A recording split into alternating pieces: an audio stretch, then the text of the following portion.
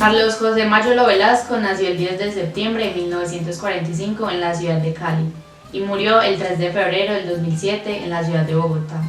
Su padre, Jorge Mayolo, era ingeniero en minas, amante del cine, quien fue el principal influyente en la vida de Cali. Su madre, Nidia Velasco, era secretaria del Consulado de Estados Unidos en Cali.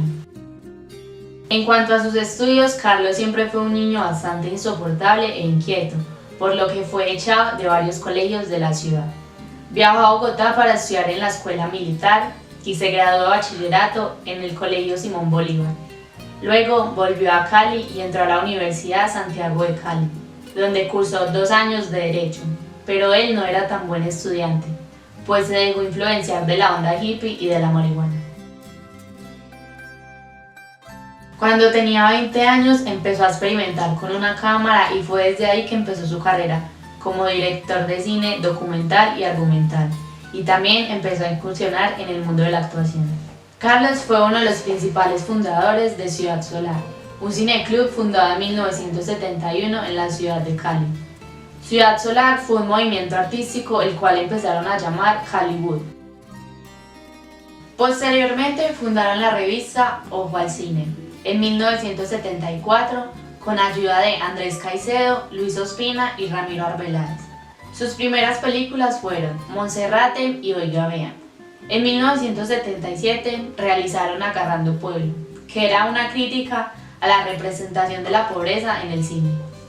Vea, hombre, arreglemos esto por las buenas rápidamente y usted se gana unos pesos allí, hombre. ¿Sabe qué puede hacer usted con este dinero? Esto, vea, vea. Vea, esto, vea. Vea. Aguántese y le verán.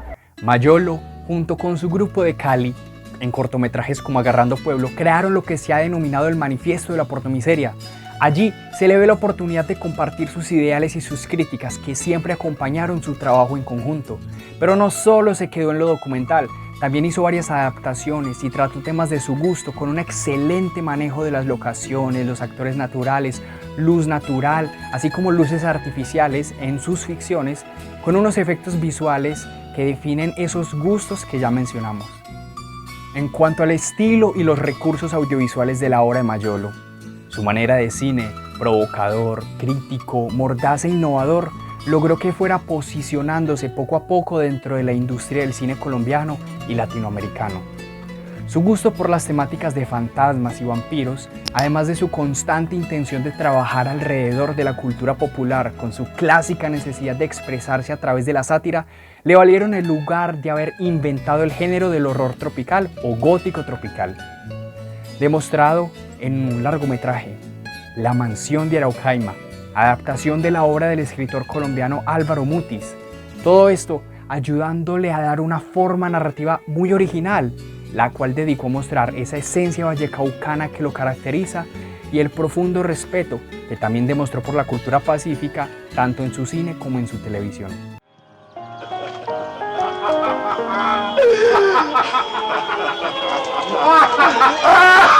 A Mayolo siempre lo acompañaron las ganas de hacer un cine más auténtico y revolucionario, teniendo en cuenta que no importa cuánta locura se desata a la hora de crear, si todo se acompaña con disciplina y pasión por el trabajo cinematográfico.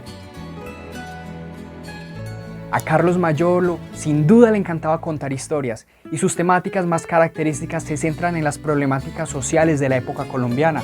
El pensamiento de Mayolo representado en su cine refleja la necesidad de explorar a través de la imagen sus inquietudes políticas y sociales alrededor de un país en constante convulsión como Colombia, una vez más con ese tono sarcástico de Mayolo. La obra cinematográfica de Mayolo tuvo cabida principalmente entre los años 70 y 80, que es cuando el narcotráfico en Colombia comienza a tener mayor repercusión a nivel nacional. Esto debido a los distintos enfrentamientos que se daban en los diferentes carteles que dominaban varias regiones del país. Es allí donde se impregna la llamada cultura traqueta, y con ella todo lo que representa la ostentosidad y los estereotipos que trae consigo el comercio ilegal de las drogas. Carlos Mayolo fue un personaje muy importante en la industria cinematográfica del país. A lo largo de su carrera realizó más de una veintena de cortometrajes, 2 largometrajes y varias series de televisión. Carlos deja un claro ejemplo de cómo utilizar nuevos lenguajes y narrativas en producciones audiovisuales. Algunas de sus películas fueron Quinta Bolívar, Iglesia San Ignacio, Una experiencia, Cali de película, entre muchas otras. El cine es importante porque es la identidad de un país. Italia sin cine no sería Italia. Estados Unidos sin cine no sería España sin Almodóvar. No sería... el cine es como el álbum de fotografías de una familia donde uno se identifica con los elementos que existen en el país.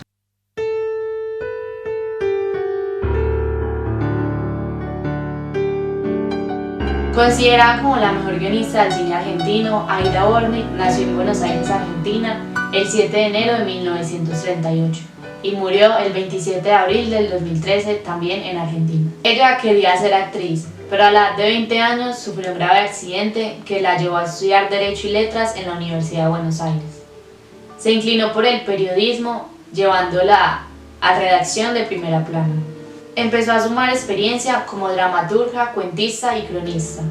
También realizó varios guiones para televisión, donde también los pudo dirigir. Entre los años 1967 y 1976, Aida empezó a escribir en importantes revistas y periódicos del país. Fue reconocida en estas revistas por mantener la crítica y la censura del régimen militar en Argentina. La obra de Bornik se sitúa principalmente entre los años 70, 80 y 90. Esta época representa una de las más difíciles para Argentina. Para comenzar, en el año 1974 muere Juan Domingo Perón, quien era el presidente del país para aquella época. Al cargo de la presidencia sucede María Estela Martínez de Perón, mejor conocida como Isabelita, quien era la esposa del fallecido presidente. Durante el mandato de Martínez se presentó una gran inflación, esto debido al aumento del precio del petróleo.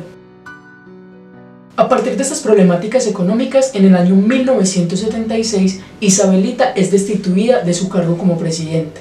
Es en este momento donde comienza la dictadura militar de Argentina, que se dio a conocer por sus mismos precursores como el Proceso de Reorganización Nacional. Esta dictadura estuvo caracterizada por el terrorismo de Estado, la violación de derechos humanos, la desaparición de miles de personas, el robo sistemático de recién nacidos, entre otras barbaries. Aida fue miembro fundador del Teatro Abierto. Sus obras más famosas fueron Soldados y Soldaditos, Tres por Chebot y Dale No Más. También se desempeñó como docente entre los años 1979 y 1981. Fue profesora de cátedra de guión cinematográfico en la Escuela Grupo Profesional de Cine. Su primera obra en la pantalla grande fue La Tregua, que es una adaptación del libro de Mario Benedetti. Fue la primera película argentina en ser nominada al Oscar en la categoría como Mejor Filme Extranjero. Personal e intransferible. Así podría definirse el estilo y los recursos audiovisuales que utiliza Aida Bornik, una mujer comprometida con la realidad social y política de su país, que atravesaba diferentes problemáticas militares y más que todo sociales.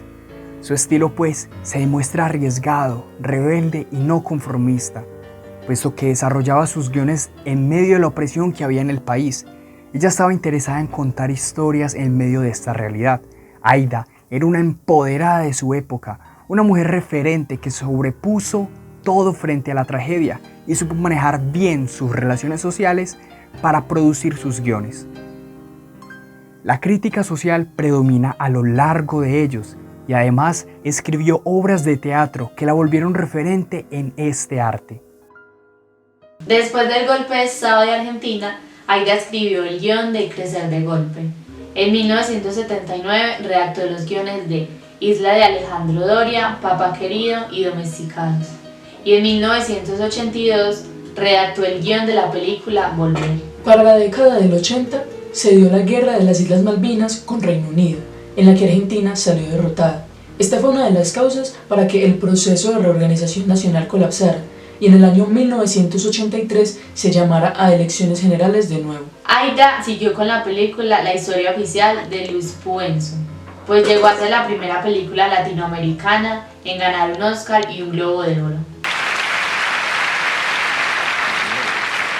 And the winner is too much. God bless you. The official story. En cuanto a los contenidos de sus obras, podemos ver cierta consistencia en cuanto a mostrar relaciones personales en los actores. Sus tramas reflejan esa fuerza que puede unir a las personas, pero que sin previo aviso puede empezar a decaer en determinados puntos. Esos puntos que están mediados por ese contexto histórico y social que atraviesa el país en el que ella desarrolla estos guiones. Ella, Aida, deja entrever corrupción desde las estancias más pequeñas hasta las esferas más altas y lo hace sin ningún titubeo. Algunas de sus producciones, por el carácter que tienen, mencionado ya, no fueron bien recibidas por el Estado, el cual no lo financió, como por ejemplo la historia oficial, esta película de Aida Borny que causó controversia. También se vale de todo este contexto social para alientar a la juventud y para mostrar un film biográfico, un guión biográfico, el cual tampoco estuvo exento de problemas y pliegos. Nos referimos a Tango Feroz. Es buena idea, me gusta. Quiero decirme algo a mí mismo cuando sea viejo. Fílmame, pero me la tenés que pasar dentro de 10 años, ¿eh? No vas a ser viejo dentro de 10 años. Claro.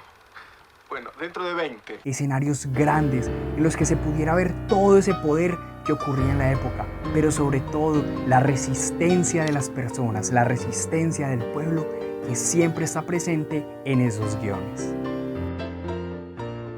Murió a sus 75 años de edad y en sus últimos días dio talleres de guión junto al director Juan José Campanella. Yo aprendí a leer y a escribir con mis padres a los 4 años y desde entonces no dejé de hacerlo nunca.